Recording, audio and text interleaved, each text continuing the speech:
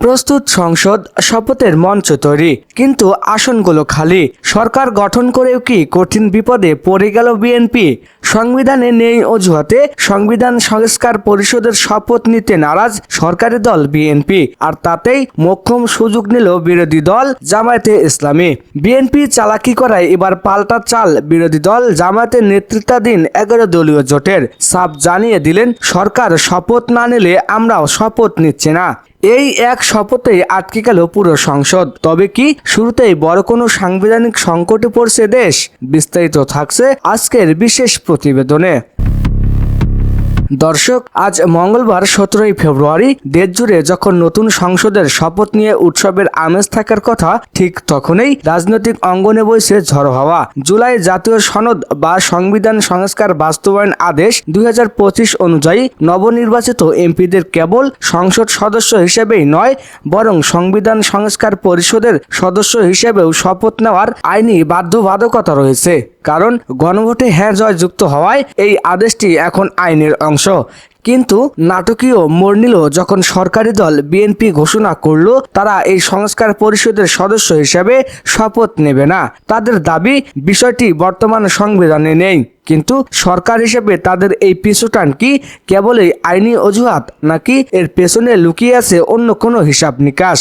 বিএনপির এই চালাকি বা কৌশলী অবস্থান মুহূর্তেই বুমেরাং হয়ে ফিরে এলো তাদের দিকেই। বিরোধী দল হিসেবে 11 দলীয় জোটের নেতৃত্ব দিচ্ছে বাংলাদেশ জামায়াতে ইসলামী। আজ সকালে জামায়াতের একজন সিনিয়র নেতা সরাসরি জানিয়ে দিয়েছেন, যেখানে সরকার নিজেই আইন মানছে না, সেখানে বিরোধী দল বলির পাঠা হবে না। জামায়াতের সাফ হুঁশিয়ারি, বিএনপির নির্বাচিত সংসদ সদস্যরা যদি সংবিধান সংস্কার পরিষদের সদস্য হিসেবে শপথ না নেয়, তবে 11 দলীয় জোটের কোনো সদস্যই কোনো ধরনের শপথ নেবে না। অর্থাৎ বিএনপি যদি নিজেকে সংস্কার থেকে দূরে সরিয়ে রাখতে চায়, তবে বিরোধী দল সংসদীয় প্রতিক্রিয়া থেকেই দূরে থাকবে। আর এতেই তৈরি হয়েছে এক অভূতপূর্ব অচলাবস্থা।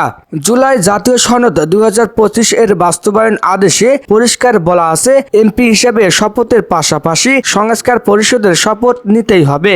সংসদ সচিবালয় আজ সকাল থেকে সব প্রস্তুতি সম্পন্ন করে রেখেছিল, কিন্তু বিএনপির অনড় অবস্থানের কারণে সবকিছু থমকে যায়। বিশ্লেষকরা বলছেন, বিএনপি হয়তো ভেবেছিল সংস্কার পরিষদের শপথ এড়িয়ে গিয়ে কেবল সংসদ সদস্য হিসেবে ক্ষমতা পরিচালনা করবে। কিন্তু জামায়াতের নেতৃত্বাধীন 11 দলীয় জোটের এই পাল্টা বয়কট ঘোষণায় সরকার এখন আইনি ও নৈতিক উভয় দিক থেকে চাপে পড়ে গেল।